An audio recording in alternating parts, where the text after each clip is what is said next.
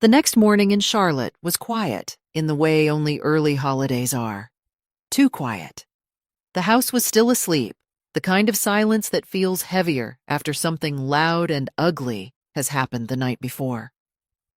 I woke before everyone else and made coffee in the kitchen, using the same chipped mug I'd brought with me every year. Outside the window, the neighborhood looked perfect. Manicured lawns, parked luxury SUVs, everything polished and put together, just like the image my family worked so hard to project.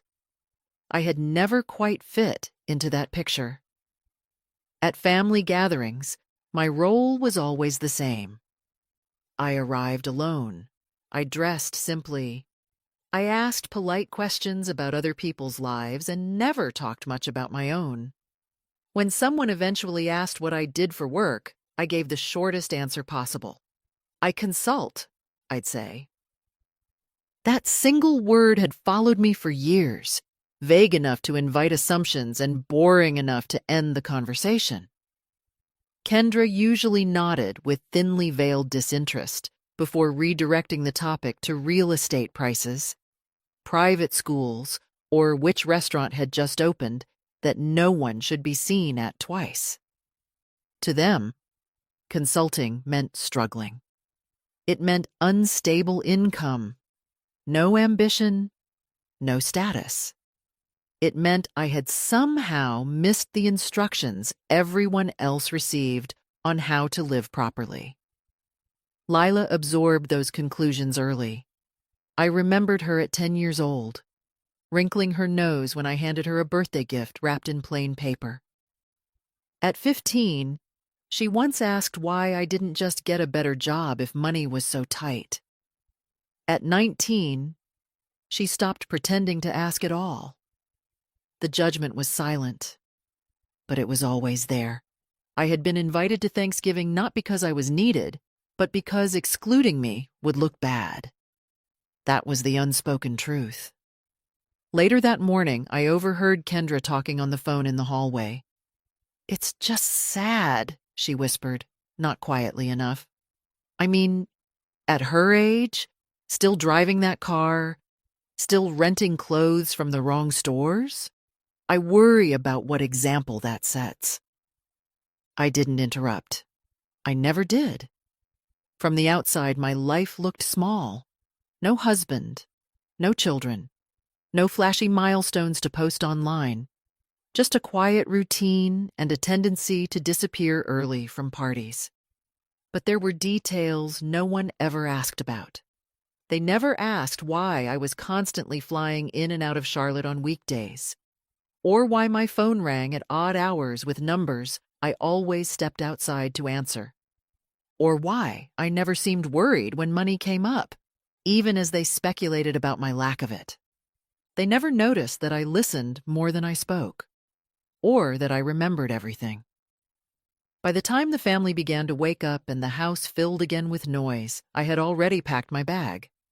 I left a note on the counter thanking them for dinner and wishing everyone a safe holiday. As I drove away, my phone buzzed again.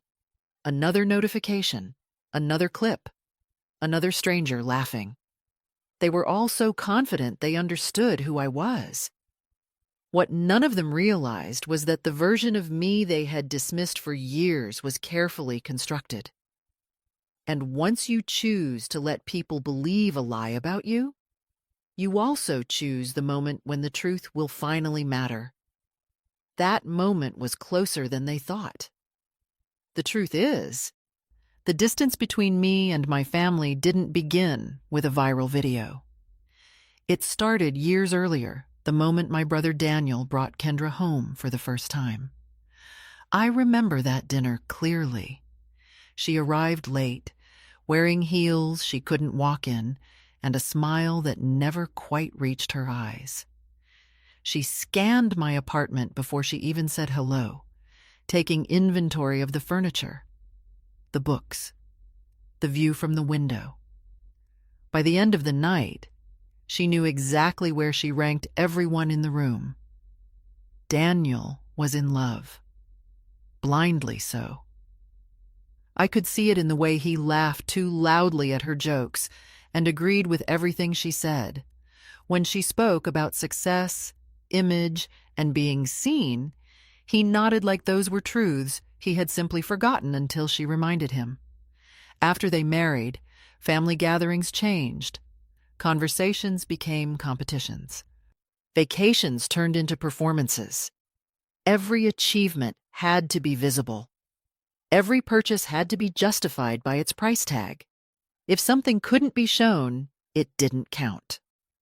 I learned quickly where I stood. Kendra never insulted me outright. She didn't need to. Her disappointment was subtle, delivered through concerned looks and well-meaning advice.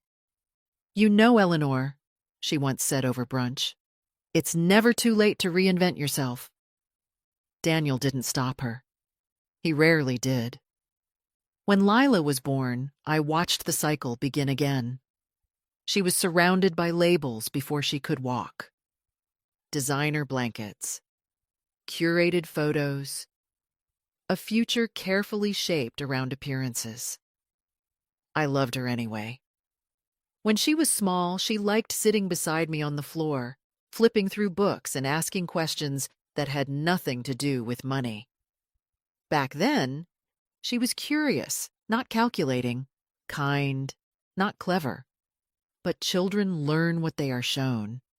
As Lila grew, she learned which people mattered and which ones were background noise.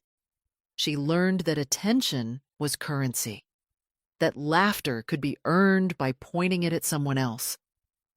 The night I made my decision came quietly. Lila was 6. It was her birthday party, loud and expensive. I stood near the back, watching as Kendra accepted compliments for a celebration she had clearly planned to impress other adults, not her child. At one point, I overheard Kendra say, "Of course she'll go far.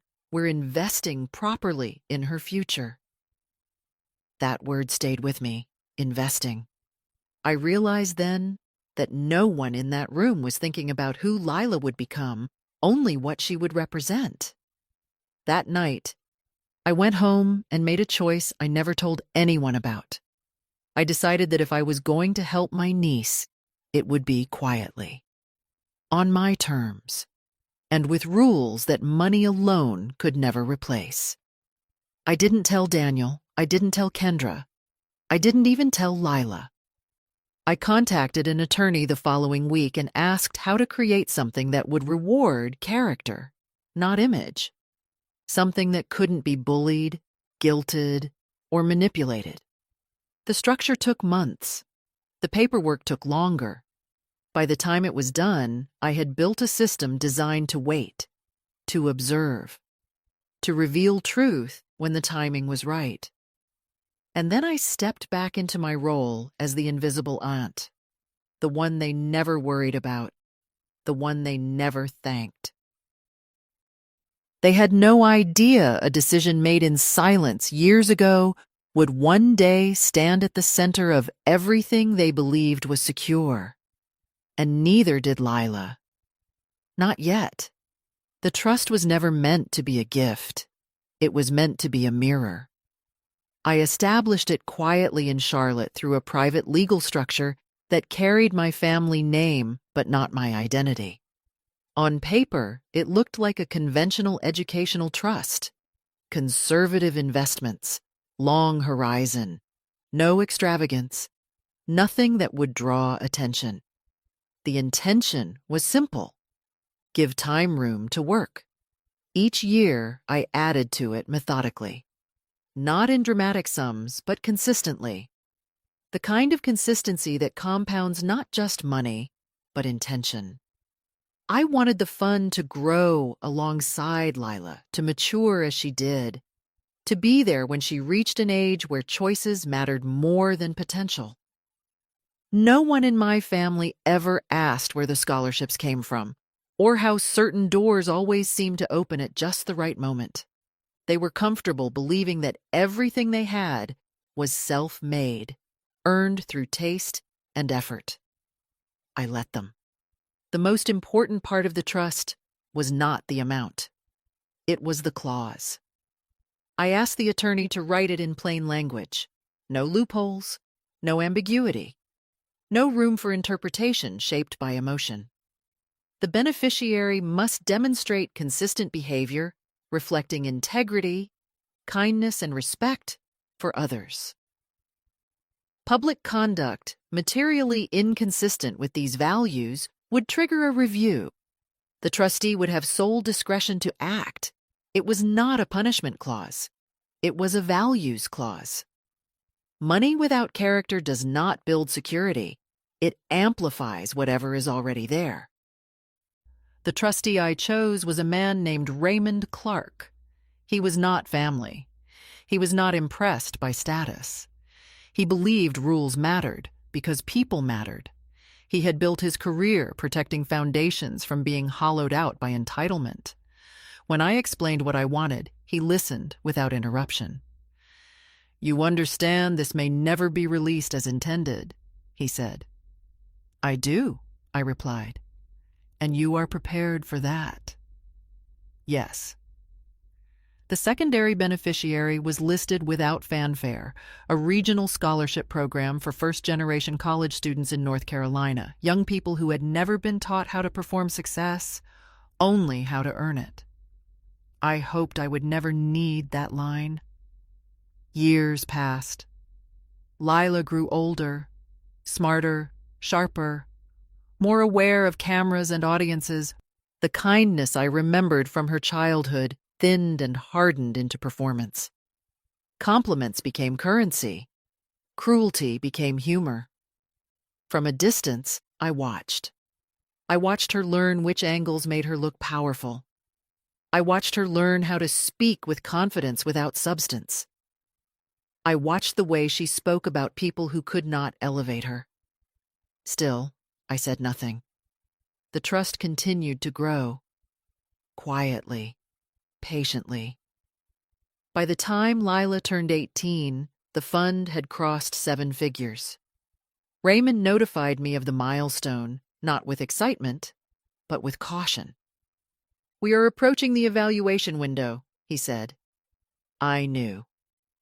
Her 21st birthday would trigger the final review. Not a single moment, not one mistake, but a pattern, a record, a body of behavior.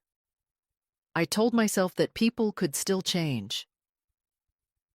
That maturity sometimes arrived late.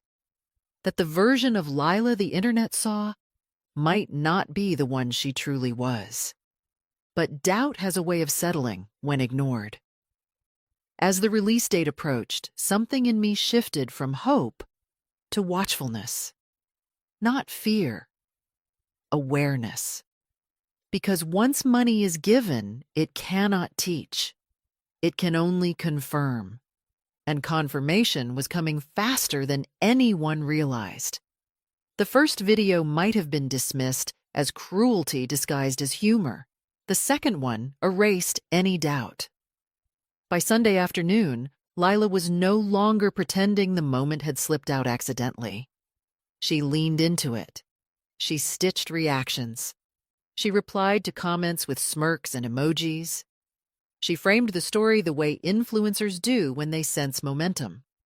"This is just how my family jokes," she said in one clip, shrugging. "If you can't laugh, that's on you." The comments rewarded her honesty. Or what passed for it. Drag her. She deserves it. Not everyone can keep up. She liked those the most. By Monday morning, the narrative had solidified. I wasn't a person. I was a character. The poor aunt. The cautionary tale. The punchline that made her look sharper by comparison. I didn't respond. Silence, after all, is invisible online. And invisibility has its uses. Raymond Clark called me that afternoon. "I assume you've seen the additional posts," he said. "Yes." There was a pause on the line, the kind that signals a shift from observation to action. "This is no longer a single incident," he continued. "It's a pattern. Public, deliberate, monetized. I pictured him at his desk, glasses low on his nose, the trust documents open beside a tablet streaming the latest clip. He was not a man who reacted quickly, but he was a man who recognized thresholds. "She's scheduled brand meetings now," he added. "She's using the attention to negotiate sponsorships." I closed my eyes. "That suggests intent," I said. "Yes." We didn't need to restate the clause. It hung between us like a line already crossed. Raymond was careful. He always was. "My role is not to judge her," he said, "only to assess whether her conduct aligns with the standards required to receive these assets." "And your assessment," I asked, "is that it does not." Outside my window, Charlotte traffic moved steadily, indifferent to the moment unfolding in that quiet call. People went about their lives while something irreversible took shape. "What happens next?" I asked. "If you authorize a formal review, the trust will be frozen immediately," Raymond said, "pending final determination." "And the outcome?" "If confirmed, the assets will be redirected according to the secondary designation." I knew what that meant. I had written it myself. But knowing something intellectually is different from hearing it aloud. "I want to be clear," Raymond added. "Once this is done, there is no reversal. Not for apologies, not for deletions." I thought about the 6-year-old girl on the floor with picture books, the teenager asking why some people mattered more than others, the young woman now staring into a camera, convinced she was untouchable because attention told her so. "Proceed," I said. The trust froze that evening. Lila kept posting. She didn't notice the quiet line item in a system she had never bothered to understand. She didn't feel the shift because entitlement insulates until it collapses.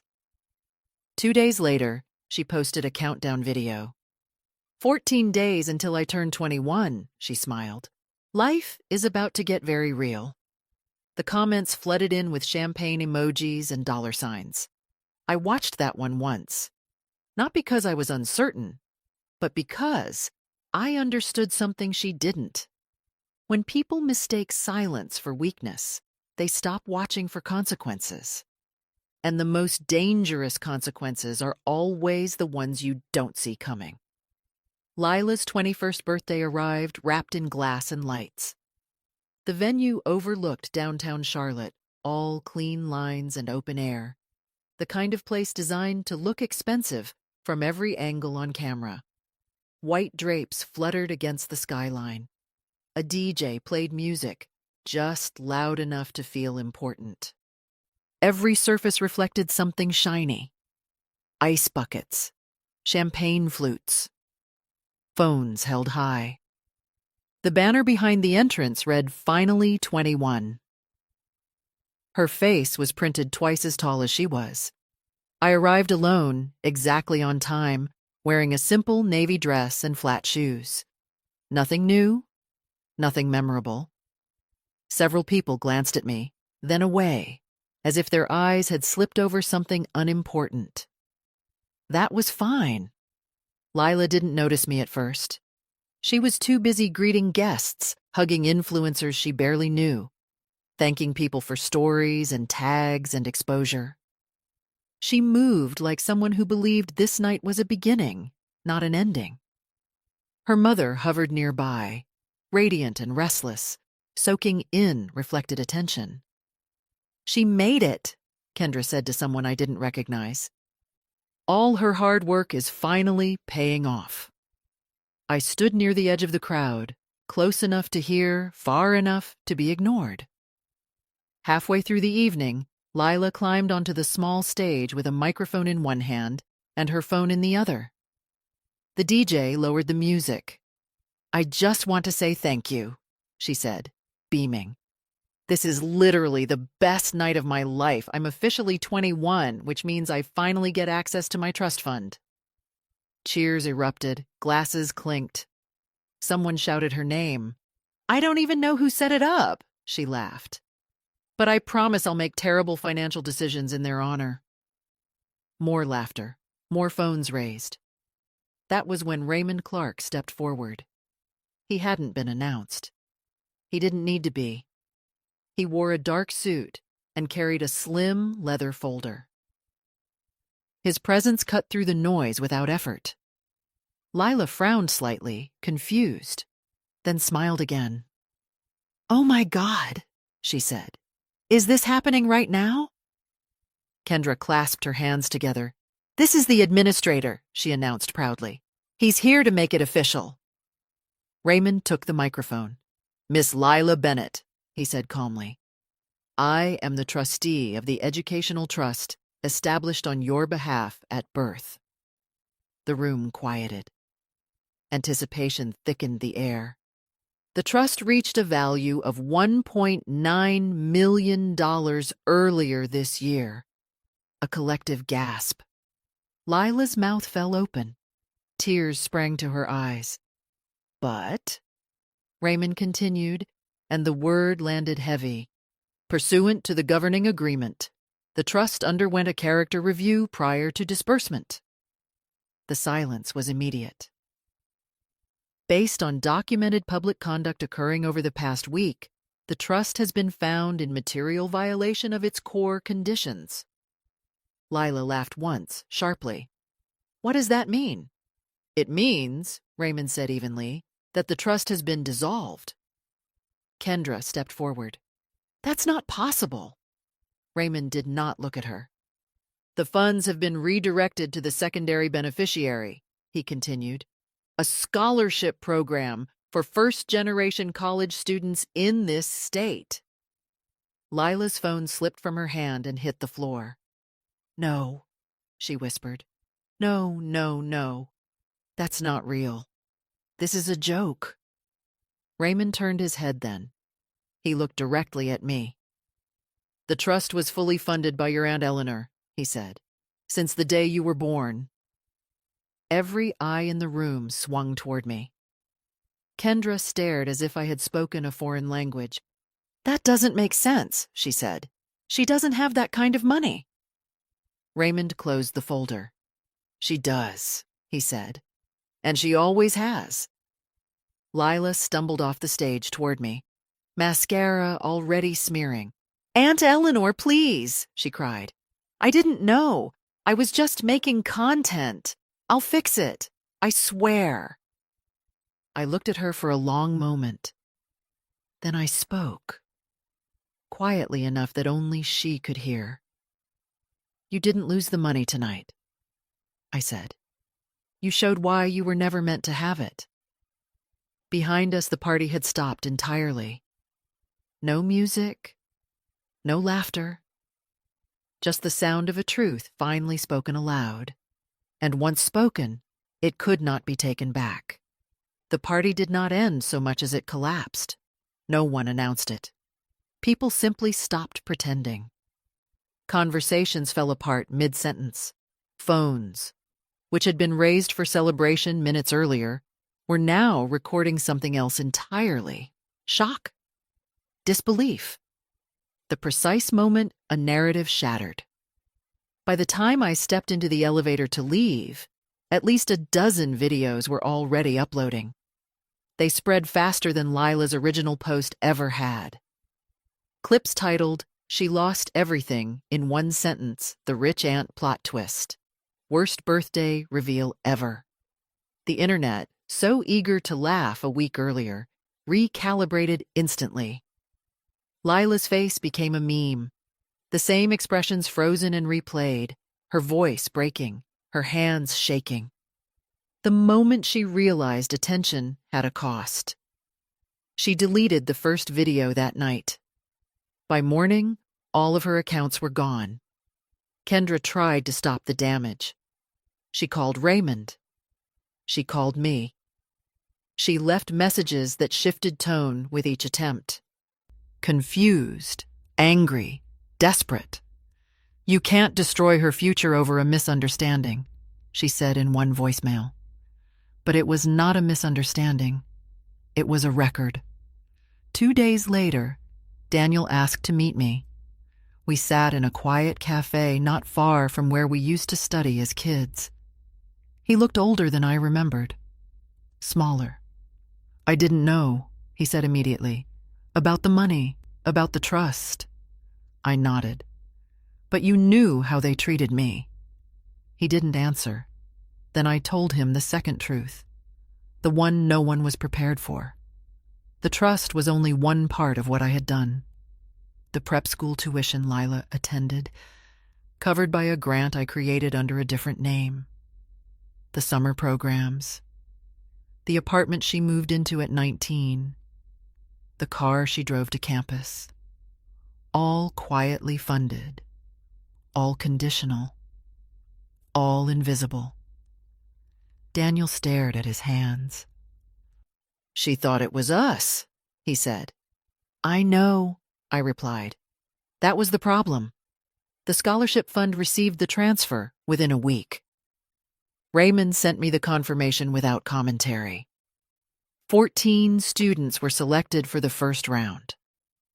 Young people with transcripts marked by effort, not entitlement. Lila retreated from public life entirely.